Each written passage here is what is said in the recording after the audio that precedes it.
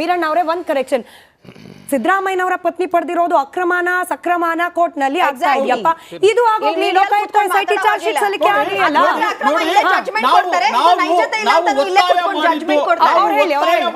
ತನಿಖೆಗೋಸ್ಕರ ಬಂಧನ ಮಾಡೋದಿಕ್ಕಲ್ಲ. ಇವತ್ತು ರಾಜ್ಯಪಾಲರು ಕೂಡ ಆದೇಶ ಮಾಡಿರೋದು ಅವ್ರನ್ನ ತನಿಖೆ ನಡೆಸೋದಕ್ಕಷ್ಟೇನೆ, ಬಂಧನ ಮಾಡೋದಕ್ಕಲ್ಲ. ಇವತ್ತು ಕೋರ್ಟ್ ಅಲ್ಲಿ ರಿಟ್ ಅರ್ಜಿ ಸನ್ಮಾನ್ಯ ಸಿದ್ದರಾಮಯ್ಯರು ಏನಕ್ಕೆ ಹಾಕಿದ್ದಾರೆ? ತನಿಖೆ ಮಾಡಬೇಡಿ ಅಂತ ಹಾಕಿದ್ದಾರೆ. ಪರವಾಗಿಲ್ಲ, ಆದ್ರೂ ಕೂಡ ಇಷ್ಟು ಆರೋಪ ಬಂದ ನಂತರ ಮಾನ್ಯ ಮುಖ್ಯಮಂತ್ರಿಗಳು ಅವರೇ ಸ್ವಾಗತ ಬಯಸಿ ತನಿಖೆಗೆ ಒಪ್ಕೋಬೇಕಿತ್ತು. ಅಂದ್ರೆ ಅದ್ರಲ್ಲಿ ಎಲ್ಲೋ ಒಂದು ಕಡೆ ಅಕ್ರಮ ಮಾಡಿರೋದು ಸತ್ಯ ಅನಿಸ್ತಾ ಇದೆ.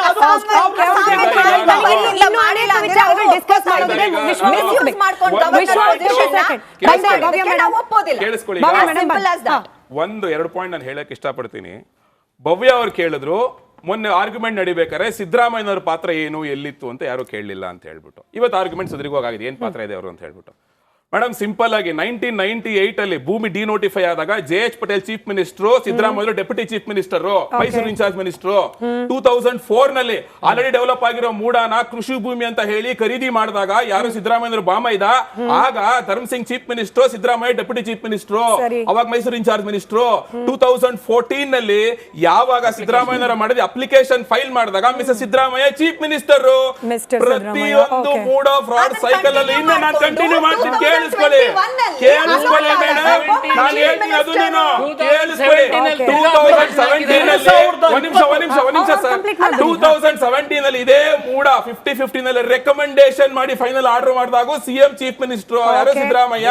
2021 ನಲ್ಲಿ ಸೈಟ್ ಆದಾಗ ಕಾಂಗ್ರೆಸ್ ಅವ್ರು ಏನ್ ಹೇಳ್ತಾರೆ, ನಿಮ್ಮ ಅವಧಿಯಲ್ಲಿ ಕೊಟ್ಟಿದ್ದು ಅಂತ ಹೇಳಿ 2017 ರೆಕಮೆಂಡೇಶನ್ ಅಲ್ಲಿ ಮೂಡ ಕೊಟ್ಟಿದ್ದು 21ರಲ್ಲಿ. ಆದ್ರೆ ಮೂಡಾನಲ್ಲಿ ಅಕ್ರಮ ಆಗಿದೆ ಅಂತ ಹೇಳಿ ಬೊಮ್ಮಾಯಿ ಅವರಿಗೆ ಪತ್ರ ಬಂದ ತಕ್ಷಣ ಇಮ್ಮಿಡಿಯೇಟ್ ಆಗಿ ಒಂದು ಕಮಿಷನ್ ನ ಫಾರಂ ಮಾಡಿ ತನಿಖೆಗೆ ಆದೇಶ ಮಾಡ್ತಾರೆ. ತನಿಖೆ ವರದಿ ಬರೋ ಅಷ್ಟರಲ್ಲಿ ಅನ್ಫಾರ್ಚುನೇಟ್ಲಿ ನಾವು ಎಲೆಕ್ಷನ್ ಸೋತ್ವಿ. ಸಿದ್ದರಾಮಯ್ಯ ಅಧಿಕಾರಕ್ಕೆ ಬಂದು ರಿಪೋರ್ಟ್ ಒಳಗಡೆ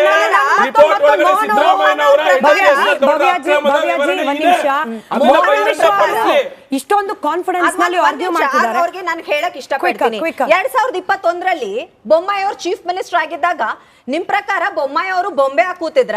ಅಪೋಸಿಷನ್ ಲೀಡರ್ ಜಾಸ್ತಿ ಪವರ್ ಇತ್ತ? ನಿಮ್ಮ ಸರ್ಕಾರದಲ್ಲಿ ಅಲೋಟ್ ಆಗಿರೋದು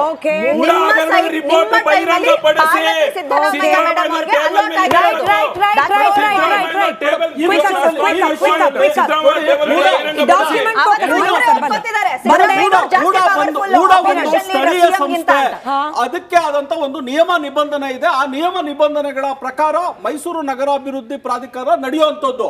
ನಿಯಮ ಬಾಹಿರವಾಗಿ ಏನಾದ್ರೂ ಅವರು ತೀರ್ಮಾನ ಸಭೆಯಲ್ಲಿ ನಡವಳಿಯಲ್ಲಿ ಆದ್ರೆ ಅದನ್ನ 15 ದಿನ ಒಳಗಡೆ ಸರ್ಕಾರಕ್ಕೆ ಕಳಿಸಿ ಸರ್ಕಾರದ ಅಪ್ರೂವಲ್ ತಗೋಬೇಕಾಗುತ್ತೆ. ಈ ವಿಷಯದಲ್ಲಿ ಏನಾಗಿದೆ, ಸರ್ಕಾರ ಅಪ್ರೂವಲ್ ಮಾಡಿಲ್ಲ, ರಿಜೆಕ್ಟ್ ಮಾಡಿದೆ. ನೋಡಿ, ಈ ಪತ್ರ ನನ್ನ ಹತ್ರ ಇದೆ. ಕರ್ನಾಟಕ ರಾಜ್ಯ ಸರ್ಕಾರ ನಡವಳಿ ಇದು 2023 ಕಳೆದ ವರ್ಷದಲ್ಲಿ ಲತಾ ಕೆ ಸರ್ಕಾರದ ಅಧೀನ ಕಾರ್ಯದರ್ಶಿ ನಗರಾಭಿವೃದ್ಧಿ ಇಲಾಖೆ ಹೌದು ನೋಡಿ ಬರ್ದಿದ್ದಾರೆ. 50-50 ಅನುಪಾತದಲ್ಲಿ ನಿವೇಶನ ನೀಡುವ ಕುರಿತು ಕೈಗೊಂಡಿರುವ ನಿಯಮ ಬಾಹಿರ ನಿರ್ಣಯವನ್ನು ಕರ್ನಾಟಕ ನಗರಾಭಿವೃದ್ಧಿ ಪ್ರಾಧಿಕಾರಗಳ ಕಾಯ್ದೆ ರದ್ದುಪಡಿಸಿ ಆದೇಶಿಸಿದೆ.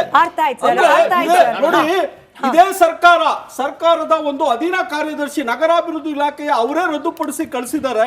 ರದ್ದುಪಡಿಸಿದಾದ್ಮೇಲೆ ಇವರು 14 ನಿವೇಶನಗಳನ್ನ ಹಿಂದಿರುಗಿಸಬೇಕಿತ್ತಲ್ವಾ? ಯಾಕೆ ಹಿಂದಿರುಗಿಸಿಲ್ಲ? ಇದೆಲ್ಲ ಡಾಕ್ಯುಮೆಂಟ್ಸ್ ಕೋರ್ಟ್ ಅಲ್ಲಿ ಇದೆ ಭವ್ಯ ಅವರೇ, ಇದೆಲ್ಲ ಡಾಕ್ಯುಮೆಂಟ್ಸ್ ಕೋರ್ಟ್ ಅಲ್ಲಿ ಇದೆ. 9ನೇ ತಾರೀಕುವರೆಗೂ ಕಾಯಿರಿ, ಅವತ್ತು ಹಿಯರಿಂಗ್ ಇದೆಯಲ್ಲ, 12ಕ್ಕೂ ಇದೆ, 9ಕ್ಕೂ ಇದೆ. ಮುಖಭಂಗ ಆಗುತ್ತೆ. ಒಂದು ಕೈಗೊಂಬೆಯಾಗಿ ಏನು ಸೆಂಟ್ರಲ್ ಗವರ್ಮೆಂಟ್ ಬಿಜೆಪಿ ಸರ್ಕಾರದ ಕೈಗೊಂಬೆ ಆಗಿದ್ದಾರೆ ಗವರ್ನರ್. ನೀವೇ ನೋಡ್ತೀರಿ ಏನಾಗುತ್ತೆ. 15 ತಿಂಗಳಿಂದ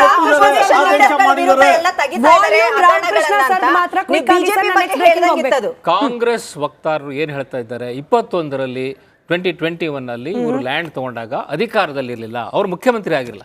ಮುಖ್ಯಮಂತ್ರಿ ಅಲಾಟ್ ಆದಾಗ ಸೊ ಅವರು ಚೀಫ್ ಮಿನಿಸ್ಟರ್ ಆಗಿಲ್ಲ. ಚೀಫ್ ಮಿನಿಸ್ಟರ್ ಆಗ್ಬೇಕಾಗಿಲ್ಲ. ನೀವು ಇವರು leader the opposition, you use your influence in many ways.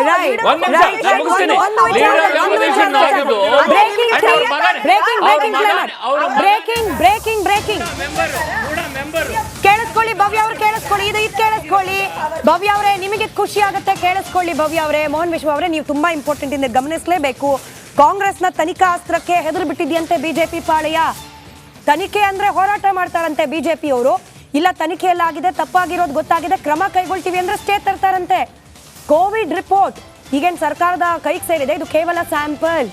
ಮುಂದೆ ಕಮಲಕ್ಕೆ ಕಂಟಕವಾಗುವ ಮತ್ತೊಂದಷ್ಟು ಅಸ್ತ್ರಗಳಿದೆಯಂತೆ ಹೇಳಿದ್ಯಾರು? ಯಟ್ ಅಗೇನ್ ಸಚಿವ ಪ್ರಿಯಾಂಕ್ ಖರ್ಗೆ ಅವರು. ಕೇಳಿಸ್ಕೊಳ್ಳಿ, ಈ ಕೋವಿಡ್ ರಿಲೇಟೆಡ್ ಅದ್ರ ಮುಂದುವರೆದ ಭಾಗವಾಗಿ ಪ್ರಿಯಾಂಕ್ ಖರ್ಗೆ ಅವರು ಮಾತನಾಡಿರೋ ಮಾತು. ಆದರೆ ಒಂದು ಸಂತೋಷ ಏನಾಯಿತು ಅಂದರೆ, ನೀವು ಹೇಳ್ದಂಗೆ ಇಂಟ್ರೀಮ್ ರಿಪೋರ್ಟ್ ಬಂದ ತಕ್ಷಣ ಬಿ ಜೆ ಪಿಯವರು ನಾವು ಕಾನೂನು ಹೋರಾಟ ಮಾಡ್ಲಿಕ್ಕೆ ಸಿದ್ಧರಿದ್ದೇವೆ ಅಂದರೆ ಅವ್ರು ಒಪ್ಕೊಂಡಂಗಲ್ಲ. ನಾವಂತೂ ಹೇಳಿಲ್ಲ ತಪ್ಪಾಗಿದೆ ಅಂತ, ಜಸ್ಟಿಸ್ ಕುನ್ನೋ ಅವ್ರು ಹೇಳಿಲ್ಲ ತಪ್ಪಾಗಿದೆ ಅಂತ. ಈ ನೀವು ಮಾಧ್ಯಮದಲ್ಲಿ ಬರೇ ಇಂಟ್ರೀಮ್ ರಿಪೋರ್ಟ್ ಬಂದಿದೆ ಅಂದ ತಕ್ಷಣನೂ ನಿಮ್ಗೆಲ್ಲರಿಗೂ ಕರೆಸಿ ಇಂಟರ್ವ್ಯೂ ಕೊಡ್ತಾ ಇದ್ದಾರಲ್ಲ, ಯಾಕೆ? ಆದರೆ ಅಲ್ವಾ ಮೋಹನ್ ವಿಶ್ವ ಅವರೇ, ನೋಡಿ ನೀವ್ ಹೇಳ್ತೀರಿ ಸಿಎಂಗೆ ತನಿಖೆಗೆ ತಾನೇ ಆದೇಶ ಕೊಟ್ಟಿರೋದು, ತನಿಖೆ ಫೇಸ್ ಮಾಡ್ಲಿ. ಇವಾಗ ವರದಿ ಬಂದಿದೆಯಪ್ಪ, ವರದಿ ಬಂದಿದೆ, ಅದಿನ್ನೂ ತನಿಖೆಗೆ ಆದೇಶ ಆಗಿ ತನಿಖೆ ಫೇಸ್ ಮಾಡಿ ಅಲ್ಲ. ಅದ್ಯಾಕೆ ಹೋರಾಟ ಬೀದಿಗಿಳಿತೀರಿ ಪ್ರಿಯಾಂಕಾ ಖರ್ಗೆ ಅದ್ ಎಷ್ಟು ಸುಳ್ಳು ಹೇಳ್ತಾರೆ ಅಂದ್ರೆ ಭಗವಂತನಿಗೆ ಗೊತ್ತು.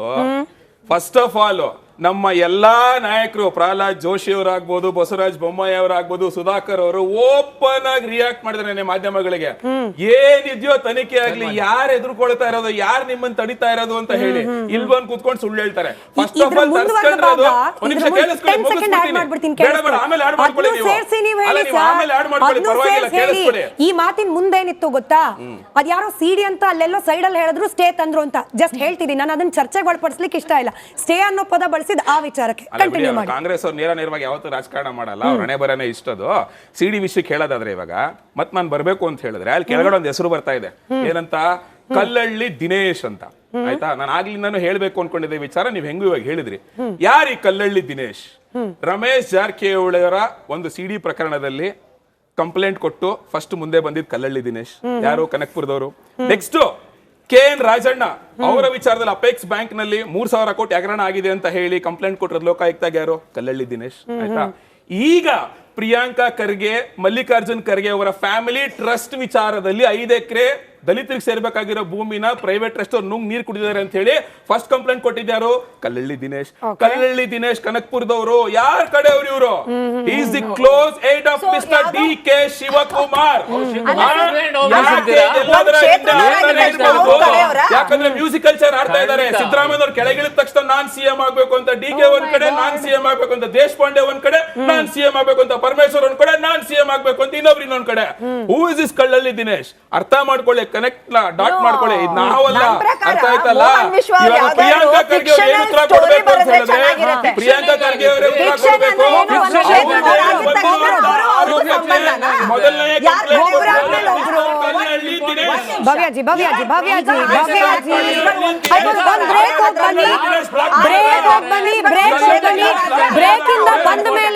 ಬ್ರೇಕ್ ಇಂದ ಬಂದ ಮೇಲೆ ದಯಮಾಡಿ ಒಬ್ಬರು ಮಾತನಾಡುವಾಗ ಭವ್ಯಾಜಿ ಇನ್ನೊಬ್ರು ಕೇಳಿಸ್ಕೊಳ್ಳಿ, ಆಮೇಲೆ ರಿಯಾಕ್ಟ್ ಮಾಡಿ.